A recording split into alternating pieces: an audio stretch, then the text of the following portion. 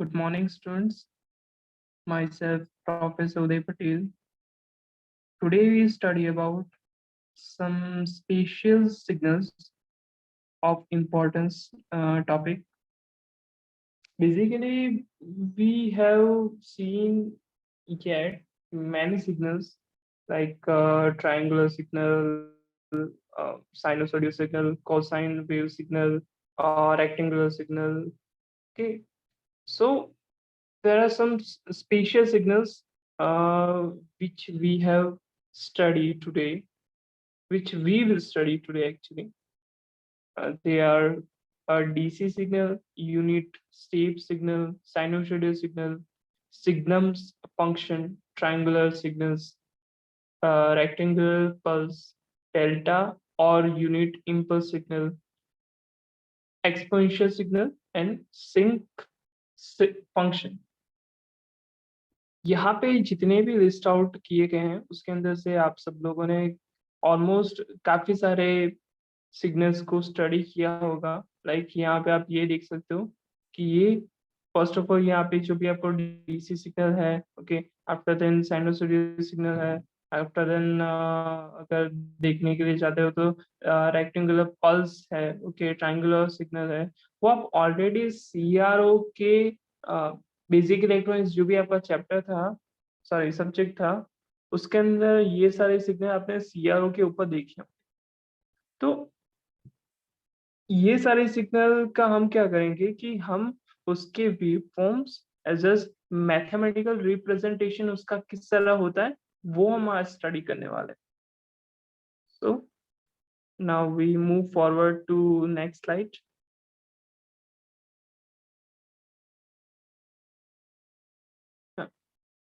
What is the reason for using this type of signal or this type of standard signal?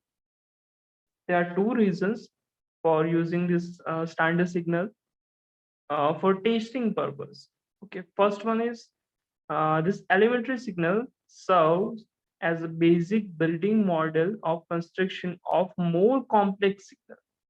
Okay, ध्यान से समझना कि ये क्यों जरूरी है। ओके, उसके दो रीजन में से एक रीजन ये है कि अ, आपके पास काफी सारे ऐसे कॉम्प्लेक्स सिग्नल आपको मिलेंगे कि जिसके कंस्ट्रक्शन के लिए ये जो भी आपके मेनली स्टैंडर्ड सिग्नल है, ओके, वो ज्यादा जरूरी है। ओके, दूसरा जो भी मेन रीजन है वो क्या है कि this signals may be used to model many physical signals which occur in nature। कि नेचर के अंदर जितने भी नेचुरली जो भी सिग्नल है, ओके, उसके फिजिकल फॉर्म को क्रिएट करने के लिए या उसके मॉडल के लिए, ओके, ये सिग्नल रिक्वायर्ड है। यानी ये सारे जो भी सिग्नल आप यहाँ पे देख रहे हो उसके यूज से क्या हो सकता है कि कॉम्प्लेक्स सिग्नल एक आप बना सकते हो। दूसरा, नेचुरल जो भी आपका सिग्नल मॉडल होता है उसको भी आप क्रिएट करवा सकते हो। तो ये मेनली दो रीजन है। उसके बाद है कि डीसी सिग्नल। डीसी सिग्नल आप सब लोगों ने पढ़ा होगा। ओके, डीसी का फुल फॉर्म होता है डायरेक्ट करंट। ओके, उसका जो भी सिग्नल होता है वो यहाँ पे रिप्रेजेंटेशन किया गया है। ओके, नाउ अभी तक जितना भी हमने पढ़ा उसके अंदर दो चीजें आप लोगों ने कॉमनली पढ़ी होगी। एक है कंटिन्यूस, दूसरा है डिस्क्रीट। कंटिन्यूस यानी क्या कि आपको हर एक टाइम पे सिग्नल का कुछ ना कुछ वैल्यू मिलेगा। डिस्क्रीट टाइम में होता क्या है कि पर्टिकुलरली आपको कुछ टाइम पे आपको कुछ वैल्यू मिलेगा। यानी 1 second, 2 second, 3 second, 4 second, -1 second, -2 second, इस तरह का। अगर आपका कोई मेनली सिग्नल है वो एक्स ऑफ टी से रिप्रेजेंटेशन होता है तो उसको कंटिन्यूस सिग्नल बोला जाएगा। एक्स ऑफ एन से अगर आपको कोई सिग्नल रिप्रेजेंटेशन होता है तो उसको क्या बोला जाएगा? मेनली डिस्क्रीट सिग्नल बोला जाएगा। तो यहाँ पे ये आप देख रहे हो तो कंटिन्यूस टाइम डीसी सिग्नल में क्या होता है कि हर एक जो भी आपको हर एक टाइम पे आपको फिक्स्ड एम्पलीट्यूड मिलता है। Amplitude denoted as A. Okay, X of T जो भी आपका है वो आपका सिग्नल को रिप्रेजेंटेशन के लिए किया जाता है। ओके, तो x of T versus T का ग्राफ ड्रॉ किया गया है। ओके, उसका मैथमेटिकल एक्सप्रेशन देखने के लिए जाते हो तो वो क्या है, x of T is equal to a, यानी आप टी का वेरिएबल रखो, 1 लिखो, 2 लिखो, 3 लिखो, अप टू इंफिनिटी। अगर माइनस में जाते हो तो -1 है, 2 है, 3 है, ऐसे कहते हैं माइनस ऑफ इंफिनिटी। यानी टी की लिमिट अगर आप minus infinity to plus infinity लिखो, ओके, तो उस कंडीशन में आपको क्या मिलना चाहिए, फिक्स एम्पलीट्यूड ए मिलना चाहिए। ठीक है, तो वो क्या, ये इनडायरेक्टली रिप्रेजेंटेशन किसका है, कंटिन्यूस टाइम डीसी सिग्नल का। Okay, so X of T is equal to A for limit of minus infinity to plus infinity. Okay, if you talking about discrete time DC signal, okay, तो उसके अंदर आपका difference क्या होता है कि आपको पर्टिकुलरली अगर मान लो कि आपको 1 सेकंड पे चाहिए, 2 सेकंड पे चाहिए, -1 सेकंड पे चाहिए, तो उस कंडीशन में आपको क्या मिलेगा, फिक्स्ड वैल्यू ए, एम्पलीट्यूड ए मिलेगा। अब एम्पलीट्यूड कितना होना चाहिए, 1 भी हो सकता है, 2 भी हो सकता है, इट डजेंट मैटर। ओके, आपके डीसी सिग्नल की या डीसी करंट की जो भी आपकी वैल्यू है वो आप कितना रखना चाहते हो, वो थोड़ा सा आपको पता होगा कि वो करंट की वैल्यू जो भी होती है वो लोड के ऊपर डिपेंड करती है, वो सारी चीजें आप ऑलरेडी पढ़ चुके हो। बट हाँ, आपको एम्पलीट्यूड की कोई फिक्स वैल्यू यहाँ पे मिलेगी, इसलिए यहाँ पे जो भी आपका मैथमेटिकल एक्सप्रेशन है वो यहाँ पे क्या लिखा गया है कि x of N is equal to a के, और n की लिमिट क्या है, minus infinity to plus infinity, same as your continuous time DC signal. ठीक है, तो ये तो हो गया आपका डीसी सिग्नल। दूसरा है साइनोसॉइडल सिग्नल।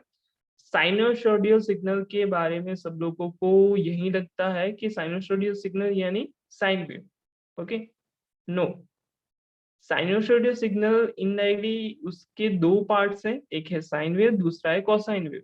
साइन वेव और कोसाइन वेव में डिफरेंस क्या है कि साइन वेव आपका 0 वैल्यू से या 0 डिग्री से आपका स्टार्ट होता है, यहाँ पे आप ये देख सकते हो, और जो भी आपका कोसाइन वेव है या कोसाइन सिग्नल है वो आपको 0 पे आपको कुछ वैल्यू आपको प्रोवाइड करता है, या ऐसा बोल सकते हो कि वो -90 डिग्री पे वो स्टार्ट होता है, -90, उसके बाद 0, उसके बाद +90, उसके बाद जो भी आपका 180 होगा वो, ओके, और उसके बाद आपके सेम एज जो भी आपकी आगे की वैल्यू होती है वो आपको मिलती जाएगी। अगर साइन वेव सिग्नल की बात करते हैं, उसका मैथमेटिकल एक्सप्रेशन लिखते हैं, तो वो क्या हमें मिलता है, ए साइन ऑफ ओमेगा टी, और ओमेगा की वैल्यू 2π/f लिखो तो क्या मिलेगा, ए साइन 2π/f। ओके, अगर कोसाइन वेव की बात करते हो तो आपको क्या एक्सप्रेशन मिलता है, a cos of omega t is equal to a cos of 2π/f।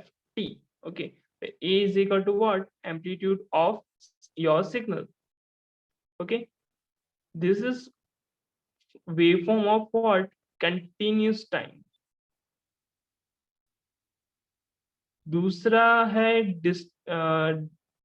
discrete time sinusoidal signal. Okay, discrete time sinusoidal signal की अगर आप बात करते हो तो उसके अंदर आपको क्या मिलेगा, फिक्स्ड टाइम पे।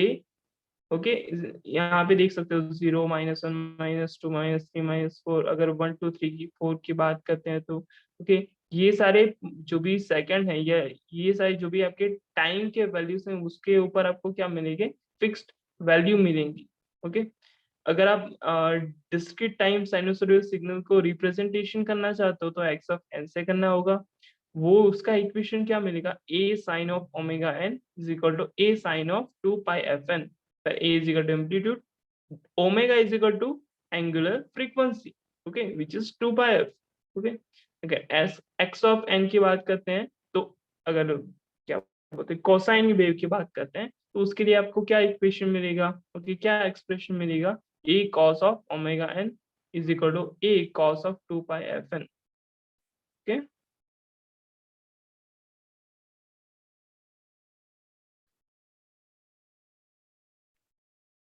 ओके, सो ये था डिस्क्रीट टाइम साइनोसॉइडल सिग्नल।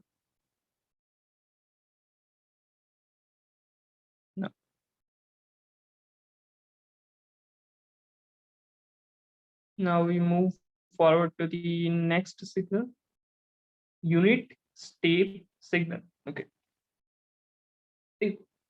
ये जो मेनली फिगर है उसके ऊपर से आपको क्या दिख रहा होगा कि एक x of T versus T का कोई ग्राफ प्रूव किया है। ओके, वहां पे आपको जो भी सिग्नल का ग्राफ है या मेनली सिग्नल का ग्राफ है वो आपको दिख रहा है। ओके, यहाँ पे मेरे को ये दिख रहा है कि जीरो पे मेरे को कुछ वैल्यू मिल रहा है, कुछ वन। ओके, उसके बाद T is equal to, T is greater than zero जो भी होगा। ओके, उसके लिए आपको मिलता जाएगा कुछ one one one one constant कुछ वन वैल्यू मिल रहा है। ओके, लेकिन T is less than zero, यानी जीरो से कम का जो भी वैल्यू है, ओके, वहां पे आप देखने के लिए चाहते हो तो आपका क्या मिलेगा कि आपको जीरो ही वैल्यू मिल रहा है, यानी नेगेटिव में आपको जीरो वैल्यू मिल रहा है, जीरो पे आपको वन वैल्यू मिल रहा है, और one, T is equal to 1 2 3 4 5 increase करते जाओ टाइम को पॉजिटिव के अंदर, तो आपको कुछ कांस्टेंट वन वैल्यू मिल रहा है। ओके, इतना मेरे को वेव फॉर्म के ऊपर से पता चल रहा है। Okay, so if you talking about in detail of unit step signal, तो उसके अंदर आपका क्या होगा कि एक्स ऑफ टी जो भी होगा उसको यू ऑफ टी से डिनोट किया जाता है। U of T unit step signal को रिप्रेजेंट करने के लिए यूज होता है। U of T is equal to one होगा किसके लिए, T is greater than zero के लिए, और T is less than zero के लिए यू ऑफ टी क्या होगा, जीरो होगा। But if we talking about zero, तो जीरो पे भी तो मेरे को क्या मिल रहा है, आप मेरे को u ऑफ t की वैल्यू वन मिल रही है, तो मैं क्या लिख सकता हूँ यूनिट स्टेप सिग्नल के लिए, u of t is equal to one for t is greater than zero, as well as t is equal to zero के लिए भी मेरे को वन वैल्यू मिल रहा है। तो t इज ग्रेटर देन और इक्वल टू जीरो के लिए u ऑफ t की वैल्यू क्या मिलेगी, वन मिली। If you talking about t is less than zero, तो t is less than zero के लिए u ऑफ t का क्या वैल्यू मिलेगा, मेरे को जीरो वैल्यू मिलेगा। तो ये तो हो गई यूनिट स्टेप सिग्नल की बात। बट ये तो क्या हुआ, सिर्फ कंटिन्यूस टाइम के लिए था।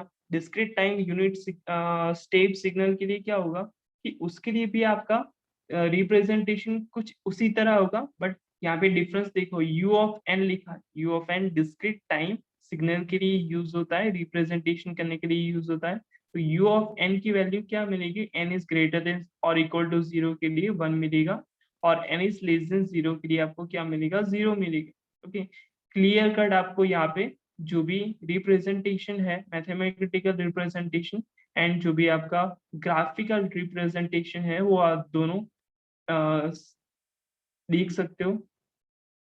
उसके बाद है कि सिग्नम सिग्नल, काफी सिमिलर आपको दिख रहा होगा यूनिट स्टेप सिग्नल और सिग्नम सिग्नल के अंदर।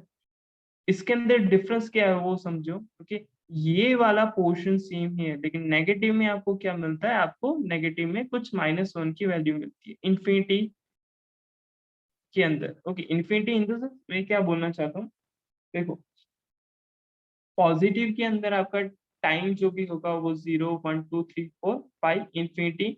पॉजिटिव के अंदर जो भी मेनली क्या बोलते हैं, नेगेटिव के अंदर आपका क्या होगा, 0 -1 -2 -3 -4 उसी तरह होगा। तो उसको सिग्नम को, जो भी सिग्नल है उसको सिग्नल सिग्नल को रिप्रेजेंटेशन करने के लिए X of T is equal to आप क्या ले सकते हो, S ji N of T. Okay, S ji N N of T is equal to आपका क्या होगा, वन होगा for T is greater than zero, and -1 for T is less than zero. Okay, same अगर आप क्या करना चाहते हो, डिस्क्रीट टाइम के लिए रिप्रेजेंटेशन करना चाहते हो, तो s ji n is equal to one होगा n is greater than zero के लिए, और -1 होगा n is less than zero के लिए। ओके, इजीली क्लियर कट यहाँ पे आप देख सकते हो यहाँ पे। ओके, 1 सेकंड पे आपको वन वैल्यू मिल रहा है, 2 सेकंड पे आपको टू वैल्यू मिल रहा है, -1 सेकंड पे आपको -1 वैल्यू मिल रहा है, -2 सेकंड के लिए आपको -1 मिल रहा है। अगर आप -50 के लिए देखो तो भी आपको -1 मिलेगा, +50 के लिए देखो तो भी आपको +1 मिलेगा। ओके, नाउ और next signal is rectangular signal. Okay, rectangular shape सबको पता है। ओके, ये रेक्टेंगुलर शेप है। ओके, तो first of all for our understanding, यहाँ पे एक वैल्यू दिया गया है t का half, t is equal to half. For that we got one value, zero, again one value, minus of half, again one value. Okay, तो x of T is equal two rectangular के लिए हमको क्या मिल रहा है, minus half two plus half time के लिए मेरे को वन वैल्यू मिल रहा है। तो ऐसा भी हो सकता है ना कि मेरे को कुछ भी लाइक माइनस हाफ या प्लस हाफ, वो क्या है, वो दोनों फिक्स थे। ओके, अगर वन वन होगा तो भी आपको कुछ एम्पलीट्यूड मिलेगा, टू टू होगा तो भी आपको कुछ एम्पलीट्यूड मिलेगा। तो जनरल फॉर्म के अंदर अगर आपको एक्सप्रेशन लिखना है तो उसके लिए रिप्रेजेंटेशन भी आपको जनरली करना पड़ेगा। ओके, तो यहाँ पे क्या है कि टोटल टाइम टी है। ओके, तो यहाँ पे आप देख सकते हो कि minus of t/2 and plus of t/2 के लिए एम्पलीट्यूड आपको वन मिल रहा है। तो मेरे को एक्सप्रेशन क्या मिलेगा, x of t is equal to a rectangular t/t। Okay, t जो भी स्मॉल t है वो टाइम को रिप्रेजेंट करता है, और कैपिटल T है वो जो भी हमको सिग्नल का विड्थ है, ओके, उसको रिप्रेजेंट करता है। इनडायरेक्टली देखने के लिए जाते हो तो ये क्या है, rectangular pulse of duration t and amplitude a। Rectangular t is equal to one for minus one by two less than equal to t less than और equal to plus of one by two, और else zero. Else का मतलब क्या है कि यहाँ पे मेरे को ये जो भी हमको ड्यूरेशन दिया गया है, ठीक है, उसके अलावा मेरे को यहाँ पे और आगे जाके यहाँ पे पॉजिटिव में जीरो वैल्यू मिली। ओके, अब देखने के लिए जाते हो तो यहाँ पे पूरा का पूरा जो भी एक्सप्रेशन है या जो भी ग्राफिकल रिप्रेजेंटेशन है जो भी है, ओके, वो टाइम के अंदर है। तो indirectly T is equal to one upon F होता है। ओके, टाइम को आप फ्रीक्वेंसी के अंदर भी रिप्रेजेंटेशन करना चाहते हो तो वही यहाँ पे किया गया है। Okay, X of T is equal to A rectangular t by t variable is time is t, width of pulse and amplitude a.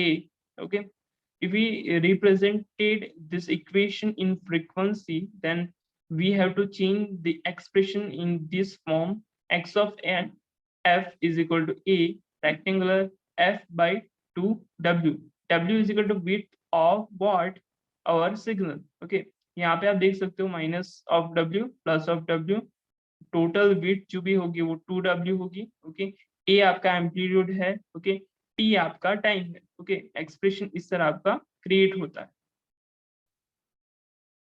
उसके बाद है कि discrete time rectangular pulse. Okay, उसका एक्सप्रेशन क्या होगा, X of N is equal to A rectangular N by N. Okay, जो भी mainly आपका है minus of N by two plus of N by two, X of N है, A आपका amplitude है, एन आपका क्या है, डिस्क्रीट टाइम है। Okay, this represented mathematically as follow: a rectangular n by capital N is equal to a for n by 2 less than equal to n less than equal to n by 2 or 0. Okay, now most important thing कि जो आप आज पढ़ रहे हो उसमें mathematical expression में less than and less than equal to, उन दोनों को बहुत ध्यान से आप देखना। ओके, ये काफी ज्यादा इंपॉर्टेंट है, लेस देन और इक्वल टू। ओके, कहाँ पे आप लेस देन लिखते हो, कहाँ पे लेस देन और इक्वल टू लिखते हो, वो काफी ज्यादा जरूरी होता है। ओके, अगर आप गलती से लेस देन और इक्वल टू की जगह सिर्फ लेस देन लिखोगे तो वो गलत हो जाएगा। Okay, it's totally wrong. So आप ये काफी ज्यादा ध्यान में रखो।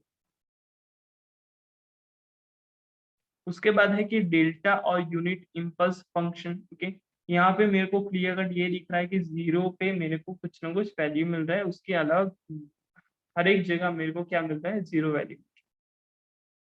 देख सकते हो यहाँ पे जीरो पे मेरे को कुछ ना कुछ वैल्यू यहाँ पे मिल रहा है, लेकिन उसके अलावा कहीं भी जाते हो तो मेरे को जीरो ही वैल्यू।